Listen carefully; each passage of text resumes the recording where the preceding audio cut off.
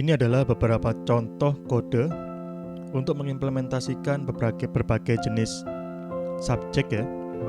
Jadi yang pertama adalah publish subject.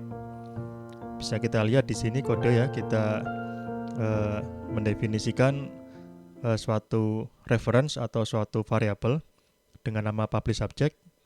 Tipenya adalah publish subject. Kita di sini menggunakan metode create ya. Jadi silahkan saudara untuk mencoba ya, mengetikkan ini pada IDE ya. Kemudian saudara jalankan dan saudara amati hasilnya. Di sini sudah saya beri contoh ya. Ini adalah hasil yang diharapkan ya.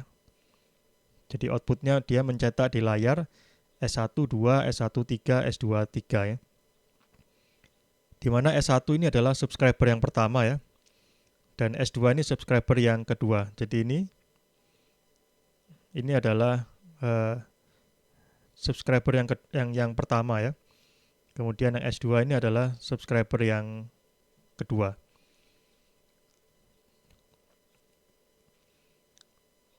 Jadi pada kode di samping, publish subject mengemit event onNext pertama bernilai 1, namun tidak dicetak di layar karena belum ada subscriber ya. Setelah itu subscription 1 ya, di sini subscription 1 yang ini melakukan subscribe. Ketika ada event next berikutnya yang bernilai 2, maka akan dicetak di layar oleh subscription 1 ya. Setelah itu ada subscriber baru yaitu subscription 2. Dia melakukan subscribe juga. Sehingga saat ini ada 2 subscriber ya, yaitu subscriber 1 dan subscriber 2. Ketika ada event next berikutnya yang bernilai 3, maka akan dicetak di layar oleh subscription 1 dan subscription 2 ya. Kemudian setelah itu publish subject mengemit event complete ya. Jadi setelah dia event ini bernilai 3 onNext ya, kemudian dia on complete ya, dia mengemit event complete. Kemudian selanjutnya di sini ketika dia sudah selesai mengemit on complete, ternyata kita masih subjek tersebut masih mengemit nilai 4 ya. Kita lihat di sini. Setelah dia on complete, dia masih mengemit onNext 4 ya.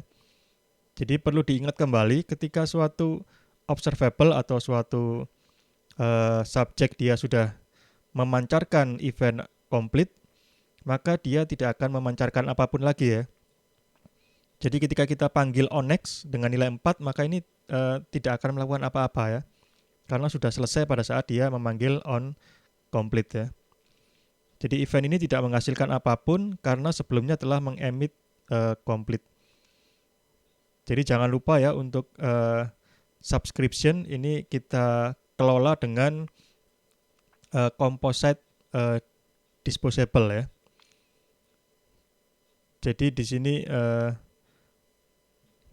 setelah dia selesai, jangan lupa kita dispose ya untuk menghindari kebocoran memori ya. Jadi ini bisa kita ubah ya untuk subscription 1 dan subscription 2, kita masukkan ke dalam composite disposable. Kemudian composite disposable ini kita dispose ya, sehingga kita tidak perlu memanggil ini satu persatu ya. Kemudian behavior subject.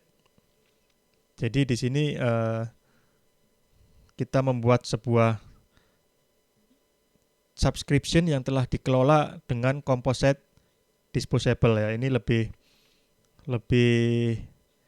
rapi ya dibandingkan contoh kita yang sebelumnya. Di sini kita tidak kelola dengan composite disposable sehingga kita panggil satu-satu ya.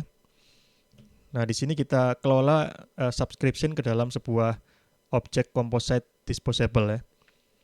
Kemudian untuk behavior subject, pendefinisiannya sama dengan yang publish subject ya. Kita pilih objek bertipe atau kelas bertipe behavior subject. Kemudian karena dia ada initial value-nya, kita bisa menggunakan create default ya. Ini sebagai nilai awal. Ini sifatnya opsional ya, bisa kita panggil, bisa tidak ya. Kemudian kita deskripsikan untuk atau kita definisikan untuk subscription-nya ya. Di sini ada subscription 1, kemudian ada juga subscription 2 dan seterusnya ya. Jadi kode ini dia merepresentasikan gambar ini ya. Dia menghasilkan perilaku yang ada di diagramnya. Jadi ini adalah subjek, kemudian ini adalah subscriber 1 dan subscriber 2 ya. Kita bisa lihat di outputnya, subscriber 1 dia outputnya adalah 1, 2, 3 ya. Kita lihat di sini subscriber 1 dia 1, 2, 3 ya.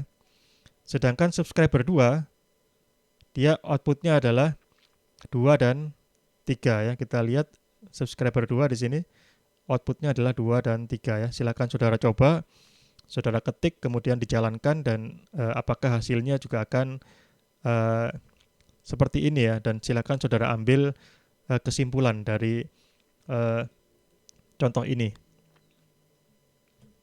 Kemudian ini adalah contoh untuk replay subject ya. Di mana di sini ada buffer ya. Jadi pada kode di samping replay subject diinisialisasi dengan nilai buffer bernilai 2. Jadi dia akan melakukan replay ya. Dia akan mengirimkan 2 elemen terakhir ya, atau 2 nilai terakhir yang diemit oleh subjek.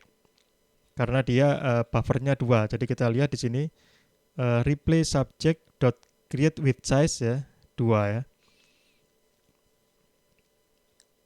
Jadi ketika ada subscriber yang baru, maka dia akan mendapatkan 2 nilai terbaru terakhir ya sebelum dia subscribe. Jika kita set 3, berarti dia akan mendapatkan 3 nilai terbaru yang sebelum dia subscribe ya. Jadi buffer ini dia disimpan dalam memori ya. Sehingga semakin besar ukuran buffer dapat mengakibatkan penggunaan memori yang semakin besar ya. Jadi kita perlu bijak dalam menentukan nilai dari buffer. Semakin besar buffer, maka memori yang digunakan juga akan semakin besar ya. Jadi silakan saudara coba dan saudara jalankan apakah outputnya akan menghasilkan seperti ini ya.